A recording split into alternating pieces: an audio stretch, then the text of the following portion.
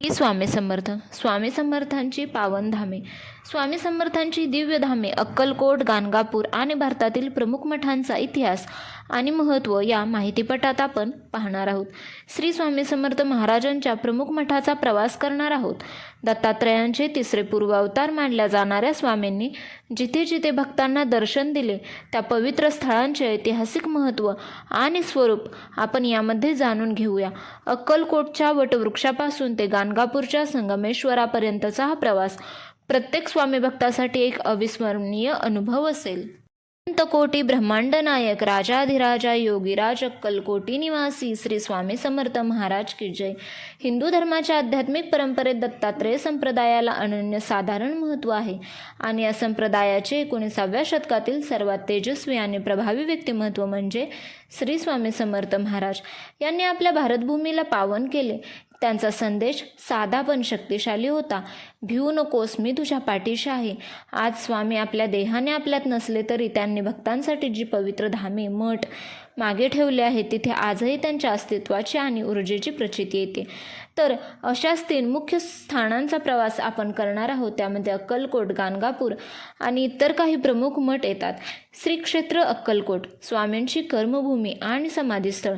महाराष्ट्रातील सोलापूर जिल्ह्यापासून 38 किलोमीटर अंतरावर वसलेले अक्कलकोट हे शहर आज कोट्यावधी भक्तांसाठी पंढरी समान आहे. याच ठिकाणी स्वामींनी तब्बल 22 वर्ष वास्तव्य केले आणि असंख्य लीला केल्या. इसवी सन 1856 स्वामी अक्कलकोटमध्ये आले आणि त्यांनी सोलापूरचे तत्कालीन राजे मालोजीराव भोसले यांच्या विनंतीवरून तेथे वास्तव्य केले. येथील वडाच्या झाडाखाली बसून स्वामींनी भक्तांना उपदेश दिले, त्यांच्या समस्या निवारल्या आणि त्यांना सन्मानगावर आणले, ज्याच्या मध्यभागी स्वामींची समाधी आहे. मंदिराच्या परिसरात मुख्य गाभारा, प्रदक्षिणा मार्ग आणि भक्तांसाठी मोठे सभागृह आहे.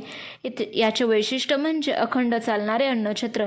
येथे मंदिर समितीद्वारे रोज दुपारी संध्याकाळी भक्तांना मोफत महाप्रसादाची व्यवस्था केली जाते. दरवर्षी चैत्र त्रयोदशीला आणि स्वामी प्रकट दिनाला येथे मोठा उत्सव भरतो, जिथे भारतातून लाखो भक्त स्वामींच्या दर्शनासाठी येतात. स्वामींनी आपले शिष्य स्वामीसूत यांना दिलेल्या चांदीच्या आत्मलिंग पादुका अत्यंत महत्त्वाच्या मानल्या जातात. पुढे पाहूया श्री क्षेत्र गाणगापूर, दत्तात्रयांची राजधानी. आता आपण कर्नाटक राज्यात असलेल्या आणि महाराष्ट्राच्या सीमेपासून जवळ असलेल्या दुसऱ्या महत्त्वपूर्ण स्थळाकडे वळूया. अनेकांच्या मनात प्रश्न असतो की गाणगापूरच्या स्वामी समर्थांशी थेट संबंध काय.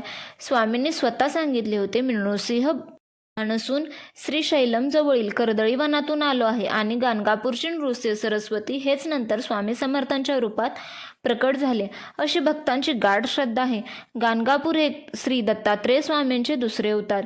श्री नृसिंह सरस्वती स्वामी महाराजांचे निवासस्थान होते. या क्षेत्राला भक्तांची पंढरी म्हटले जाते. येथील भीमा आणि अमृजा नद्यांचा संगम अत्यंत पवित्र मानला जातो. येथे स्नान करून संगमेश्वराचे दर्शन घेतल्याने सर्व पापे नष्ट होतात, अशी मान्यता आहे.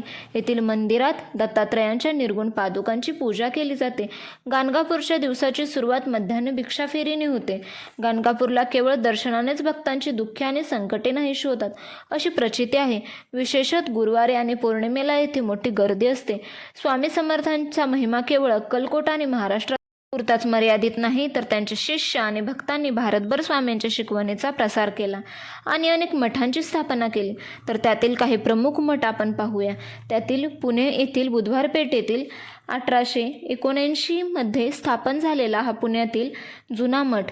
येथे नियमित भजने आणि प्रवचने होतात. चेंबूर मुंबई मठ हाही महत्त्वाचा आणि जुना मठ आहे, जो स्वामीसूत महाराजांशी संबंधित आहे. बडोदा गुजरात तसेच आळंदी मठ येथे नृसिंह सरस्वती महाराजांचा मठ आहे, जिथे स्वामींच्या शिष्यांनी सेवा केली. हे सर्व मठ स्वामींच्या चैतन्याने भरलेले आहेत. प्रत्येक मठाचा स्वतःचा इतिहास आणि महत्त्व आहे, परंतु सर्वांचा उद्देश एकच आहे, भक्तांना स्वामींच्या भक्तिमार्गावर नेणे.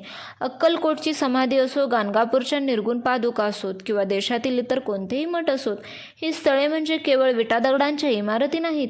ही चैतन्यमय ऊर्जा केंद्रे आहेत, जिथे अजूनही स्वामींचे अस्तित्व जाणवते. स्वामींनी आपल्याला शिकवले की आपण कुठे आहोत यापेक्षा आपली भक्ती आणि श्रद्धा किती तीव्र हे महत्त्वाचे आहे.